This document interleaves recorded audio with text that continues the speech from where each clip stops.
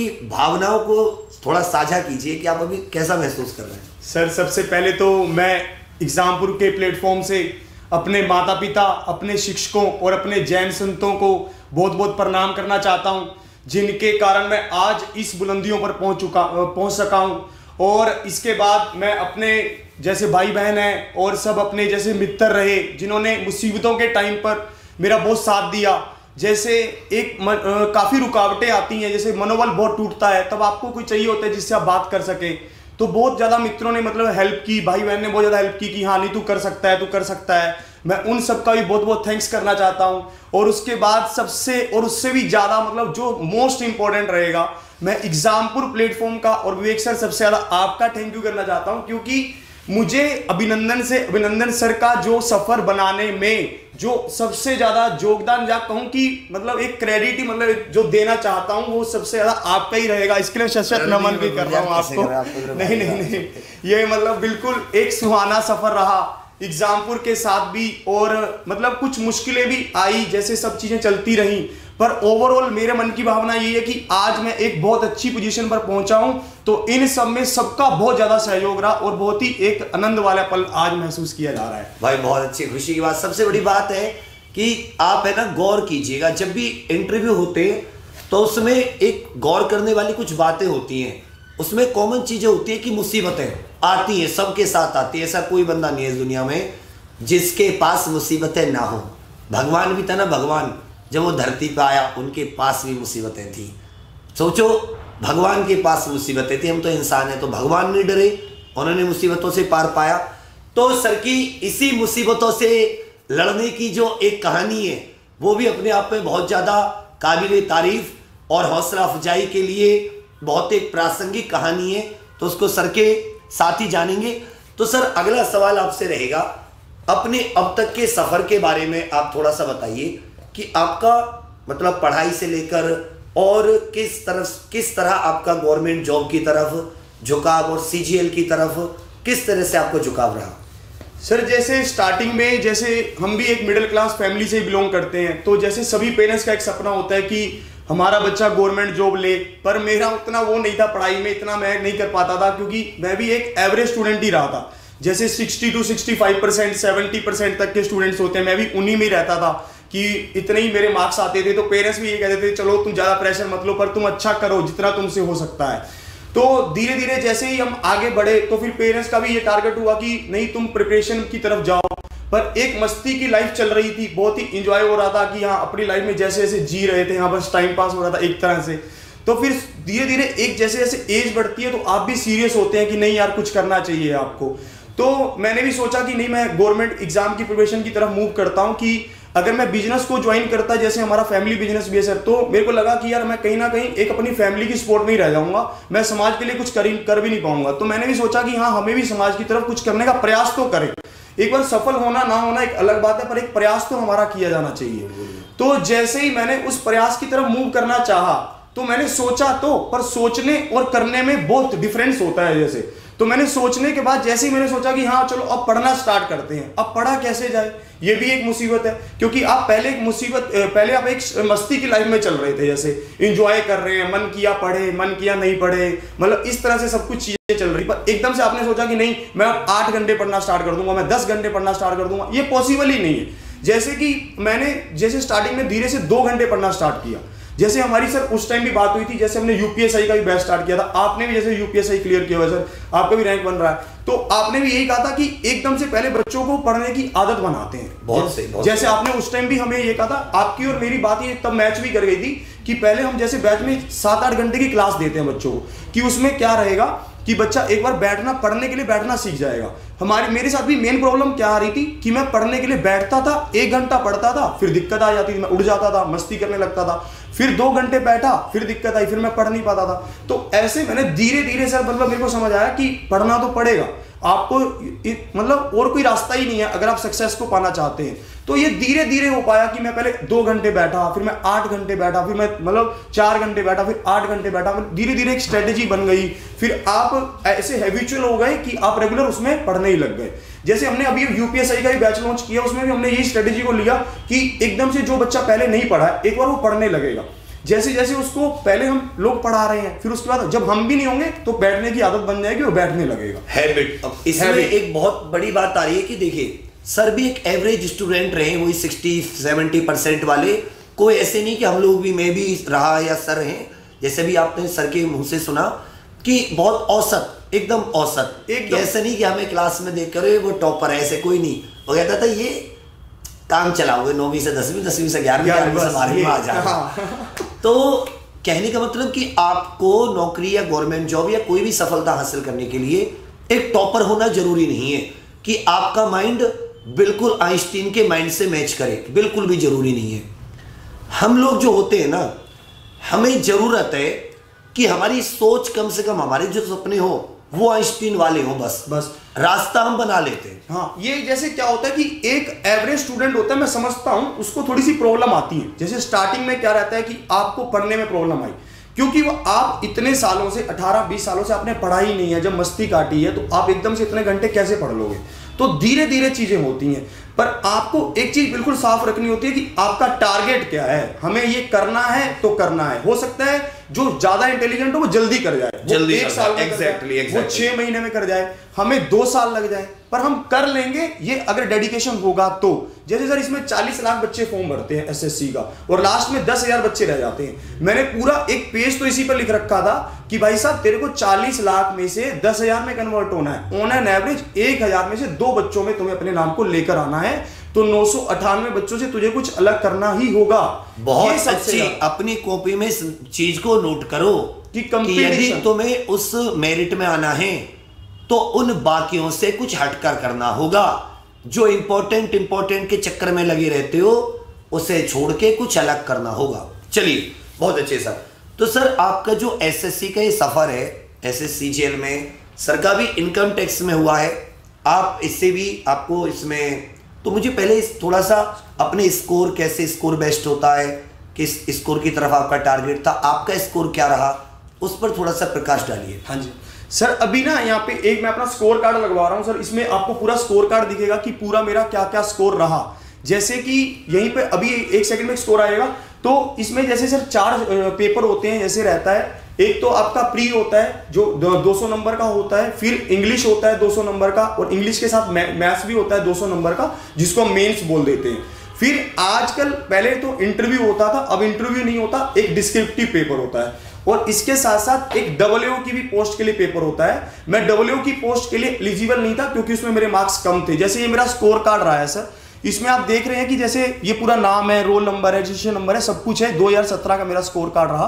Paper 1 में मेरे sir tyre 1 में 150 मार्क्स थे, पेपर 2 में 162.5 का स्कोर किया सर मैंने मैथ्स में, और इंग्लिश में भी 162.5 का स्कोर किया, और सर डिस्क्रिप्टिव पेपर में मैंने 68 मार्क्स का स्कोर किया है। ओवरऑल 542.5 का स्कोर बना सर ये टोटल। हाँ जी सर। अच्छे सर, इसमें स्कोर का मुझे लगता है कि वो जो पेपर में कुछ 7 दिन का पेपर कैंसिल हुआ था, फिर जल्दी ये सर इसका भी कुछ सर जैसे ये रहा कि मेरा सीजीएल 2016 में 184.5 का स्कोर रहा मैथ्स में, पर इसमें मेरा 162.5 का स्कोर रह गया, क्योंकि ना सर इसमें पेपर मैथ का कैंसिल हो गया था। उन्होंने 7-8 दिन 10 दिन का गैप दे दिया, और उस कारण से ये पेपर थोड़ा गैप आने के कारण वो प्लानिंग और वो स्ट्रेटेजी माइंड डिस्टर्ब हो गया कि अब क्या होगा, कैसे हम करें। पेपर तो लीक हो जाते हैं कुछ इस तरह से। तो बट सर, और इसमें साथ साथ में इंग्लिश, जैसे 2016 में मेरा इंग्लिश पर मैं इतना टारगेट नहीं कर पाया था, अब की बार मेरे को दोनों चीजों को साथ लेकर चला था, इसलिए मेरा सेम स्कोर रहा दोनों में। 162.5 इंग्लिश में रहा और 162 मैथ्स में रहा, मतलब बराबरी स्कोर मेंटेन रहा। ये भी अच्छा है कि चलिए, बहुत शानदार स्कोर, बहुत शानदार है। एक्चुअल में क्या है ना सर कि दोनों चीजों को मेंटेन करना, मैथ्स और इंग्लिश को बराबर लेवल पर मेंटेन करके एक्चुअल में लास्ट में सिलेक्शन पाना, ये सबसे बड़ी बात है। ऐसे क्या होता है भाई, मेरे इतने आगे, लेकिन लास्ट का जो सिलेक्शन है मायने थोड़े उसके बढ़ जाते हैं। ये सर, तो ये भी बहुत खुशी की बात है सर। ये जो आपने जो मतलब इतने अच्छे मार्क्स पाए हैं, तो आपको कुछ और भी बड़ी पोस्ट मिल सकती थी एक्साइज वगैरह की, तो आपने इनकम टैक्स डिपार्टमेंट को ही क्यों चुना? इसके पीछे कोई खास वजह रहेगी? ये सर ये क्वेश्चन आपने बहुत अच्छा किया। जैसे मैं आपको बताता हूँ, ये क्वेश्चन मेरे दोस्त भी मुझसे करते हैं कि यार तू इससे भी हायर पोस्ट ले सकता था, तूने यही पोस्ट पे तू क्यों रुक गया? सर जैसे पेरेंट्स का एक सपना है कि हमारे बच्चे कुछ अच्छा करें, तो मतलब उनके मतलब सर हर कोई पेरेंट्स चाहते हैं कि हमारे बच्चे आगे बढ़े। तो सर पर ये होता है कि हम भी पेरेंट्स के पास ही रहें, तो मेरा मानना ये है कि ये ज़्यादा बेटर होगा कि हम उनकी जैसे एज बढ़ रही है तो हम भी उनके साथ ही रहें, ज़्यादा दूर उनको ना जाना पड़े, वो अपने एरिया के आसपास ही रहे तो उनका भी मन लगा रहे।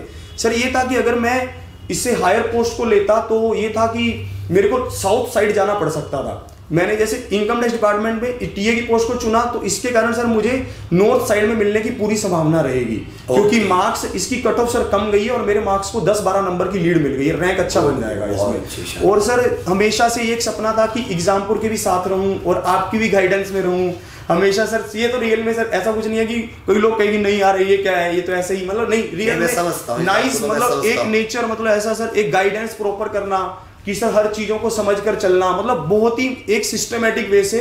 तो मैंने ये पोस्ट बिल्कुल उसी हिसाब से डाली थी कि एग्जामपुर के भी साथ बना रहा हूँ, आपकी भी गाइडेंस में रहूँ, हमेशा ये पेरेंट्स के भी पास रहूँ, सब चीजें अगर थोड़ी सी लोअर पोस्ट पे भी हो रही हैं तो इतना कॉम्प्रोमाइज चल जाता, आप धीरे धीरे उस पोजीशन पर पहुंच जाओगे। देखिए इसमें सबसे बड़ी बात आपने जो आप परेशान हो रही हो सर छोड़ देंगे, कुर्बानी दिया आपके लिए, इससे बड़ी भी पोस्ट ले सकते थे, लेकिन नॉर्थ इंडिया में रहेंगे तो दिल्ली में रहेंगे तो आपकी जो क्लासेस है वो रेगुलर ले पाएंगे, मतलब आपकी सेवा, मतलब हमने समझ लिया, हमने सोच लिया है आपको पढ़ाएंगे फ्री, आपके बच्चों को पढ़ाएंगे फीस लेके, क्योंकि आपकी नौकरी लग जाएगी सरकारी, पढ़ाएंगे हम ही, तो फिक्र करने की कोई ज़रूरत नहीं है। आप भी पढ़ोगे, मतलब जब तुम दादा बन जाओगे ना, जब हमारी अंतिम समय चल रहा हो तब तक भी तुम्हारे बच्चे पोतों पोतियों को पढ़ाएंगे, टेंशन मत लो, तुम्हें इतनी आसानी से नहीं छोड़ने वाले। चलिए ये भी अच्छी बात है। तो चलिए सर, और मतलब एक ये इसमें थोड़ा सा बताइए कि जैसे मुझे इसमें एक बहुत अच्छी चीज़ नज़र आ रही है स्कोर में, इंग्लिश वाली बात, और हमारा जो ये मतलब जो हमारा मतलब बच्चा है वो ज़्यादातर देहात साइड का बच्चा है, इंग्लिश की जैसे वो बात समझता है तो इंग्लिश भी नहीं कहता, अंग्रेजी कहता है। अंग्रेजी कैसे सीखे? तो इस इंग्लिश के लिए ये आपके सामने भी हो सकता है ये सिचुएशन आई हो। यस। इंग्लिश को आपने कैसे टैकल किया? अच्छा स्कोर है, बहुत शानदार स्कोर है। यस सर, मैं आपको बताता हूँ सर, मैं भी उन्हीं स्कूल से पढ़ा हूँ, जैसे यहाँ पे टाट बिछते थे, जहाँ पे हम नीचे बैठते थे, मस्ती करते थे, मिट्टी में खेलना, ये सब भी मेरे साथ भी यही रहा है। और इंग्लिश का जितना डर आपको है, जितना मेरे को है, जितना सब लोग सोचते हैं, उतना ही डर मुझे भी था। इंग्लिश से तो सर मुझे भी ऐसे लगता था यार इंग्लिश नहीं हो पाएगी, इंग्लिश को हटा दो, बाकी कुछ भी और कर लो, थोड़ा और मतलब जीएस वीएस बढ़ा लो, रट्टा मार लेंगे, कुछ और कर लेंगे, पर इंग्लिश का सेटिंग कर दो, ये मुझे भी बहुत लगता था।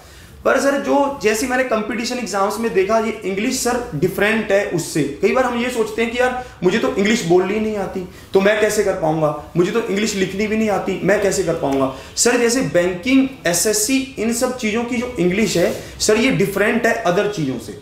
आपको इसमें ग्रामर के रूल सीखने होते हैं पहले, ये इंग्लिश उससे थोड़ी सी अलग रहती है। हाँ ये बात मैं मानता हूं कि अगर आपने स्कूलिंग अच्छी की है, अगर आपने कॉलेज में अच्छा मतलब अच्छा वो रहा है आपका, तो आपको इन सब चीज़ों की पहले से ही नॉलेज होगी। पर ऐसा नहीं है कि आप सीख नहीं सकते हैं इसको। मैंने भी इन सब चीज़ों को बहुत आराम से सीखा। जैसे पहले मैंने ग्रामर को सीखा, फिर मुझे ग्रामर तो मैंने लर्न कर ली कि ये रूल होते हैं, ये सब चीज़ें हैं, मैंने सीख गया मैं उसको। फिर मुझे रीडिंग में प्रॉब्लम आने लगी, रीडिंग कॉम्प्रिहेंशन। जैसे मेंस में इसका 50-50 का क्राइटेरिया रहता है कि रीडिंग का भी 50 का रहता है और वोकैब का भी 50 का रहता है। तो फिर मेरे को रीडिंग में प्रॉब्लम आने लगी। फिर मैंने किसी से सुना कि हिंदू पढ़ो, हिंदू से दा हिंदू को जब आप शुरू में पढ़ते हो तो आपको समझ ही नहीं आता कि वो कहना क्या चाह रहा है। तो धीरे धीरे पहले तो मैंने 10 दिन उसको फोटो वोटो देख के काम चलाया कि हाँ यार ये ऐसा लग रहा है कि शायद ऐसा कह रहा होगा, ऐसा हाँ मतलब। फिर मैंने उसको, फिर मैं बोर हो गया उससे, मैंने कहा यार ये तो छोड़ना पड़ेगा, ऐसे तो नहीं चलेगा। फिर सर मैंने देखा कि यार ऐसे तो काम भी नहीं चलेगा, पढ़ना तो इसको पड़ेगा। फिर सर मैं एक पेपर को एक दिन लेके बैठा, मैंने उस दिन उस पर 3 घंटे उस पर मैं बैठा रहा, और मुश्किल से लगा लो कि इतना सा पैरा होगा, उसको मैंने पूरे अच्छी तरह समझ के पढ़ा। फिर मैंने कहा यार हाँ ऐसे काम बन जाएगा, पढ़ के मुझे अच्छा भी लगा, उसमें वर्ड्स थे उसको नोट किया, फिर चीज़ों को किया। थोड़ा टाइम तो लगा, पर 1-2 महीने में वही वर्ड्स रिपीट होने लग गए। फिर चीज़ें भी समझ आने लग गई। फिर ऐसे हैबिचुअली हो गए, आदत, वही वाली बात सर, फिर आदत बन गई कि हाँ, फिर ऐसे लगने लगा कि हिंदू के बिना तो चलेगा ही नहीं काम, फिर द हिंदू पेपर पढ़ने लगे सर। फिर बट आज तो अगर मैं कहूँ, जैसे आज सर हमारे प्लेटफॉर्म पर भी हैं, जैसे अनुसर की क्लास, जैसे वो कैब की क्लास है, सुबह हमारी क्लासेस चलती हैं इंग्लिश की। मैंने अनुसर की क्लास को भी देखा है, वो कैब में वो बहुत अच्छा करते हैं सर। वो कैब अगर हम वहीं से स्टार्ट करें लर्न करना तो अच्छा सिस्टम है। फिर उसके बाद ग्रामर की क्लासेज हैं, ये सब भी। कहने का मतलब पता है क्या है सर का? कहने का मतलब है कि ये सबके साथ है, हम सबके साथ प्रॉब्लम है, हम ऑल आर इक्वल। बट कुछ क्या है कर जाते हैं, जैसे सर खुद से सेल्फ से उठाया पेपर। आजकल तो चलो पेपर आपके पास नहीं है, मोबाइल फोन में आप खोल सकते हैं, फोन में हो गया। इतनी अच्छी अच्छी ऐप्स हैं, वहीं से एक वर्ड को चूज किया, उसका मीनिंग तुरंत आ गया। कहते हैं ना, करने अगर आप रास्ता ढूंढना चाहो तो एक पुराने जमाने में कहावत है ना, एक कहानी थी कि उसने यमराज को ढूंढ लिया था, तो ढूंढने वाले तो भगवान ढूंढ लेते हैं। ये तो और आप क्या, आप हमेशा आपको तरीके चाहिए। चल मैथ कैसे करूं, तरीका। अरे मैथ की कभी क्लास लिए हैं? वहाँ तरीके तो बताए जाते हैं, या वहाँ तुम्हें खाना पकाना सिखाया जाता है? नहीं जी, मैथ का तरीका। एक दिन आओगे, दूसरे दिन ऐसे हो जाओगे जैसे भाई साहब कि थक गए हो, पता नहीं तुमने जाने जाने कितनी पढ़ाई कर ली हो। एक चीज याद रखना, लगातार, कंटिन्यूटी, लगातार। जिस दिन तुम रह गए ना, जब लगातार चलने से कोमल पानी की नदी पहाड़ का सीना चीर देती है, घाटी बना देती है। तुम रास्ता कोई तो पकड़ो, रास्ता मान लो गलत हो शुरुआत में, अरे ठोकर खाओगे तो सीखोगे। सही बात है। एक बार ठोकर खाओगे, दो बार ठोकर खाओगे, तीसरी बार बिल्कुल सही रास्ते पर आओगे अपने आप। तो कोई सा रास्ता हो, गलत हो सही हो, जो आप जाना चाह रहे हो उसे फर्क नहीं पड़ता वो गलत है सही है, फर्क है चलो तो सही, कम से कम स्टार्ट तो करो। चलिए सर, अब एक थोड़ी सी आप अपनी ओवरऑल स्ट्रेटेजी पे प्रकाश डालिए, फिर आपके मन की बात भी पूछूंगा, कुछ सर की वो किस्से भी सुनेंगे, टेंशन मत लीजिए, सारी आज अपने पास पूरी खजानी है। जी सर। सर ओवरऑल स्ट्रेटेजी तो सर यही रही कि सर रेगुलरिटी मस्ट है सर, जो अभी आपने कहा। सर शुरू में आपको लगेगा कि मैं सीख नहीं रहा हूँ चीज़ें, शुरू में आपका मनोबल भी टूटता है, आपको ऐसे लगता है कि नहीं यार मुझसे नहीं हो पाएगा। क्योंकि सर पता क्या होता है, जैसे हम घर से निकलते हैं, घर से निकलते हुए माइंड सेटअप कुछ और होता है, घर से निकलते हुए हौसले बुलंद होते हैं। एक आदमी जब घर से प्रेरणा लेकर निकलता है कि मैं तैयारी करूंगा, या फिर हम घर में बैठ के सोचते भी हैं, सोचने में जब हम तैयारी करते हैं जो जोश होता है वो बहुत हाई होता है। पर जैसे ही एक महीना बीतता है जोश थोड़ा सा ठंडा पड़ने लगता है, फिर जैसे 2 महीने होते हैं जोश और ठंडा पड़ने लगता है। आदमी कहता है नहीं यार ये बहुत टफ है, मुझसे नहीं हो पाएगा यार, मैं इसको नहीं कर पा रहा हूं। बट मैं यही कहना चाहता हूं कि आप ही क्या, कोई भी कर सकता है। जब मैं कर सकता हूं तो कोई भी कर सकता है। क्यों? क्योंकि यार मैं भी तो एक मिडिल स्टूडेंट ही रहा, एक एवरेज स्टूडेंट ही तो रहा था। बस एक कंटिन्यूटी मस्ट है। अगर आप रेगुलर क्लासेस ले रहे हैं, अगर आप रेगुलर चीजों को कर रहे हैं तो आपको कोई रोक नहीं सकता। और सर सबसे इंपॉर्टेंट पार्ट जो रहता है वो मॉक टेस्ट रहता है, जो प्रैक्टिस सेशन आप प्रैक्टिस करते हैं। मॉक टेस्ट आप लगाइए और मॉक टेस्ट लगाने के बाद उसको एनालिसिस कीजिए कि प्रॉब्लम्स कहां पे हैं, मैं कहां पे कमजोर पड़ रहा हूं, उस कमजोरी को दूर करो। मतलब बार बार प्रयास करो और उस कमजोरी को ही दूर करो, बस कि मैं कहां पे कमजोर हो रहा हूं। धीरे धीरे फिर धीरे धीरे इंप्रूवमेंट आने लगेगा और आप सीख जाओगे। मॉक टेस्ट कई बच्चे इसलिए नहीं लगाते कि पहले सिलेबस कंप्लीट होगा मैं तब लगाऊंगा। अरे सिलेबस तो कभी कंप्लीट होता ही नहीं है, क्योंकि हमें हमेशा ऐसा लगता है कि वो 2 टॉपिक रह गए हैं, वो 4 टॉपिक रह गए हैं। अगर आपने 10 टॉपिक भी पढ़ लिए हैं तो भी आप आज से मॉक टेस्ट लगा लें, आपका मतलब पक्का श्योर है ये सिलेक्शन होगा ही होगा, कोई आपको रोक नहीं सकता। अगर आप मॉक टेस्ट रेगुलर लगा रहे हैं और रेगुलर प्रैक्टिस, रेगुलरिटी बनाए रखें, मतलब बस ये मेन इंपॉर्टेंट पॉइंट रहेगा। चलिए बहुत अच्छे। तो सर आप जैसे, चलिए ये तो बहुत ही अच्छी बात है। अब थोड़ा सा आपके उसके बारे में जान लेते हैं कि मतलब कि कॉलेज के कुछ किस्से बच्चों के साथ अगर आप साझा करना चाहें, स्कूल के कुछ